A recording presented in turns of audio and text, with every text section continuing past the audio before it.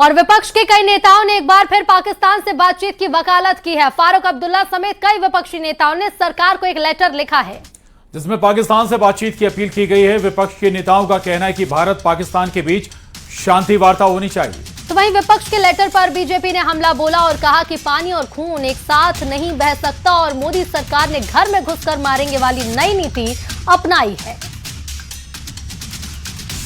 मैं उस स्टैंड से इत्तेफाक रखता हूँ जी, लेकिन दुबई में क्या कर रहे थे जी? मतलब मैच नहीं खेलेंगे, पाकिस्तान में नहीं खेलेंगे, इंडिया में नहीं खेलेंगे, दुबई में खेलेंगे। ये कितना दोहरा चरित्र है, हद है न कि है नहीं की। पहलगाम के ठीक बाद आपने खेला, किसको बेवकूफ बना रहा है? हम तो आज तक सदन में पूछते रहे आपसे, पुलवामा में कौन इन्वॉल्व था? ऑपरेशन सिंदूर के माध्यम से हमने घर में घुसकर मारा आतंकियों को, एक नया नॉर्मल सेट किया। पानी और खून एक साथ नहीं बहेगा, इंडस वाटर ट्रीटी अबेयंस पे है। ऑपरेशन सिंदूर में हमने सीमा पर नहीं, सेना ने सीने पर चढ़कर आतंकी कैंप और मिलिट्री कैंप को ध्वस्त किया। अब आतंकी और मिलिट्री में कोई अंतर नहीं किया जाएगा, ये भी एक नया नॉर्मल हमने सेट किया है। परंतु जिनका पुराना नॉर्मल था कि 26/11 के बाद कुछ मत करो, मोस्ट फेवर्ड नेशन स्टेटस दे दो, वो अब सेना के मनोबल पर चोट करने के लिए और सेना के शौर्य पर, सेना के बलिदान पर मजाक और मखौल उड़ाते हुए वो चाहते पाकिस्तान से बातचीत हो जाए, मतलब टेरर और टॉक्स एक साथ फिर से शुरू हो जाए। और सबसे पहले बात राम मंदिर चढ़ावा चोरी केस की। राम मंदिर ट्रस्ट के पूर्व महासचिव चंपत राय से आज भी पूछताछ हुई है। 2 घंटे तक बंद कमरे में चंपत राय से पूछताछ हुई। अनिल मिश्रा से भी पुलिस ने पूछताछ की। पूछताछ में अनिल मिश्रा ने सेवादारों की नियुक्ति की बात स्वीकार की है। अनिल मिश्रा के करीबी कैश काउंटिंग के काम में शामिल थे। राम मंदिर परिसर में सेवादारों से भी पुलिस पूछताछ कर रही है। साथ ही पुलिस की अयोध्या में छापेमारी भी जारी है। वहीं आरोपी लवकुश मिश्रा के घर पर पुलिस ने छापेमारी की है। उधर जांच के दौरान आरोपी अविनाश शुक्ला को लेकर कई नए दावे सामने आए। सूत्रों के मुताबिक आरोपी गबन की रकम को राम मंदिर निर्माण के लिए उपयोग किए गए दान पात्र जैसे बक्से में ही रखता था और 5 जून को उसके किराए के मकान से 20 लाख रुपए से अधिक की बरामदगी की गई।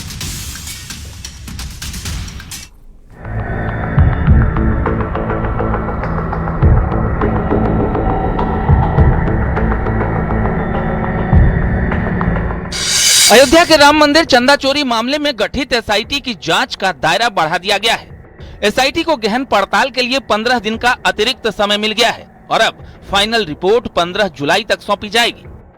चाहे वो चंपत राय हो, अनिल मिश्रा हो, तमाम लोगों की जो भूमिका है उसको एक एक बिंदु की पड़ताल एसआईटी के द्वारा की जाएगी। राम मंदिर चंदा चोरी प्रकरण में एसआईटी ने जो समय की मांग की थी, सरकार ने उसे स्वीकार किया है और योगी सरकार ने 15 दिन का समय एसआईटी को अतिरिक्त दिया है जांच के लिए।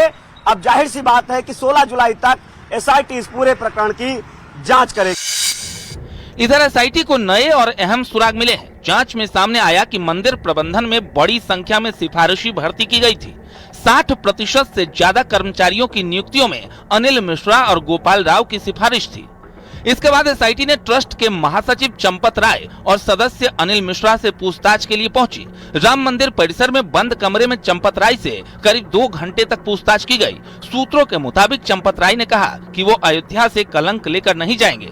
इधर अनिल मिश्रा से राम जन्मभूमि परिसर के पुलिस हेडक्वार्टर में पूछताछ की गई। इसके साथ ही करीब 80 सेवादारों को तलब किया गया है। पूछताछ के दरमियान सेवादारों की नियुक्तियों की बात अनिल मिश्रा ने स्वीकारी है। अनिल मिश्रा के कई करीबी कैश काउंटिंग का काम कर रहे थे। फिलहाल जांच का दायरा बढ़ाकर दान की पूरी प्रक्रिया, अकाउंट बुक और ट्रस्ट के पदाधिकारियों से पूछताछ भी शामिल की जाएगी। एसआईटी अब नए सिरे से सभी बिंदुओं पर जांच कर 15 दिन में अपनी विस्तृत रिपोर्ट सरकार को सौंपेगी, जिसके बाद आगे की कार्रवाई तय होगी। Bureau report, news 18।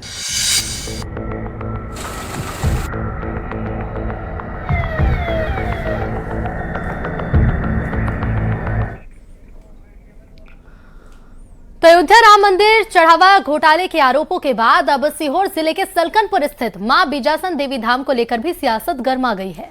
कांग्रेस नेता विक्रम मस्ताल ने मंदिर की आय और खर्च की उच्च स्तरीय जांच की मांग की है। उन्होंने आरोप लगाया कि मंदिर में आने वाले करोड़ों रुपए के चढ़ावे का कोई स्पष्ट सार्वजनिक लेखा जोखा नहीं दिया जाता। साथ ही उन्होंने पुरानी चोरी की घटनाओं और सुरक्षा व्यवस्था को लेकर भी सवाल खड़े किए हैं। विक्रम मस्ताल ने प्रधानमंत्री, मुख्यमंत्री और प्रशासन से मंदिर की पूरी आय व्यय की निष्पक्ष जांच कर रिपोर्ट सार्वजनिक करने की मांग की। अयोध्या राम मंदिर, जहां एक बहुत बड़ा गबन घोटाला भ्रष्टाचार हो गया, वैसा ही गबन बुधनी विधानसभा के सलकपुर धाम में हुआ था। यहां पर एक बहुत बड़ी चोरी हुई थी। चोरी के कारण क्या थे, सुरक्षा चूक क्या हुई, कितना पैसा गया, कितना पैसा आया, उसका अभी तक कोई खुला उल्लेख नहीं किया गया। प्रतिवर्ष कितना पैसा आता है, उस पैसे का कहां इस्तेमाल किया जाता है, उसका कोई लेखा जोखा बाहर नहीं किया जाता, जनता को नहीं बताया जाता। और बागेश्वर धाम के पीठाधीश्वर पंडित धीरेन्द्र शास्त्री राम मंदिर चंदा चोरी पर फिर भड़के हैं। उन्होंने संत परंपरा के लोगों को ही सेवा का काम सौंपने की बात कही है। बाबा बागेश्वर ने भारत के मुसलमानों को लेकर भी टिप्पणी की है। उन्होंने कहा है कि भारत के मुसलमानों को इंडोनेशिया के मुसलमानों से सीख लेनी चाहिए, जहां उनके अनुसार 5 वक्त की नमाज पढ़ने वाले लोग दीपावली भी मनाते हैं और कथा भी सुनते हैं। सभी परंपराओं का सम्मान किया जाता है।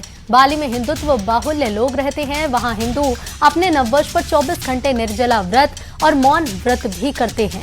वहां के मुसलमान माइक से अजान भी पढ़ते हैं, हिंदुओं का सपोर्ट भी करते हैं। को इंडोनेशिया जाना चाहिए, वहाँ देखना चाहिए कि जो 5 रोजाना नमाज पढ़ते हैं वो दीपावली का दिया भी जलाते हैं, राम कथा में भी आते हैं और सभी परंपराओं का सम्मान भी करते हैं। ऐसा हमने इंडोनेशिया में जाकर के देखा।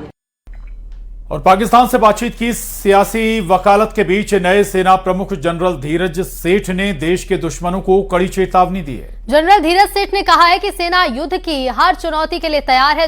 जनरल धीरज सेठ ने सेना की 5 प्राथमिकताएं भी गिनाई हैं, जिनमें सेना के आधुनिकीकरण पर फोकस, भविष्य की सेना बनाने का संकल्प, मल्टी डोमेन क्षमता बढ़ाने पर जोर और हर तरीके से सशक्त सेना बनाना मकसद शामिल है। प्रधानमंत्री जी द्वारा सेनाओं के लिए दिया गया मूल मंत्र, जिसका नाम जय यानी कि जॉइंटनेस, आत्मनिर्भरता और इनोवेशन, मेरी प्राथमिकताओं जिसका मैंने विवरण किया, उस एक्रोनिम विजय की बुनियाद है और हमें पूर्ण रूप से हमेशा सफलता दिलाएगी। अतः मेरा आदर्श वाक्य होगा, जय से विजय। जय हिंद और जय भारत। और गुटबाजी के बीच जीतू पटवारी की मुश्किलें बढ़ सकती हैं। जीतू पटवारी के खिलाफ ग्वालियर की एमपी एमएलए कोर्ट ने गिरफ्तारी वारंट जारी कर दिया है। साल 2024 के लोकसभा चुनाव के दौरान भिंड में दर्ज एक मामले में चार्जशीट पेश होने के बाद भी पटवारी कोर्ट में हाजिर नहीं हो रहे थे। समन और जमानती वारंट के बाद भी पेश न होने पर कोर्ट ने अब कड़ा रुख अपनाया है। मजिस्ट्रेट ने भिंड पुलिस को कड़ी फटकार लगाते हुए कहा कि जीतू पटवारी एक चर्चित राजनेता हैं, जिनके बयान अखबारों में छपते हैं, फिर भी पुलिस कह रही है कि वो मिल नहीं रहे। कोर्ट ने भिंड एसपी को विशेष टीम बनाकर 27 जुलाई तक वारंट तामील कराने के सख्त आदेश दिए हैं।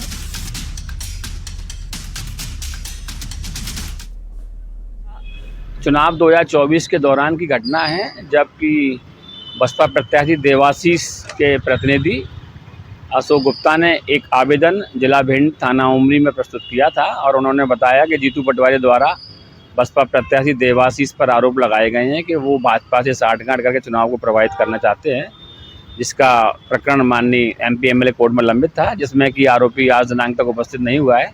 न्यायालय ने पूर्व में भी आरोपी के विरुद्ध समन और गिरफ्तारी वारंट जारी किए हैं समय समय पर, जिनकी उपस्थिति सुनिश्चित नहीं होने से आज न्यायालय ने आरोपी जीतू पटवारी के खिलाफ गिरफ्तारी वारंट जारी किया गया है, जिसमें एसपी भिंड को निर्देश किया है कि आगामी दिनांक 27/7 को वारंट की तामीली सुनिश्चित करावे।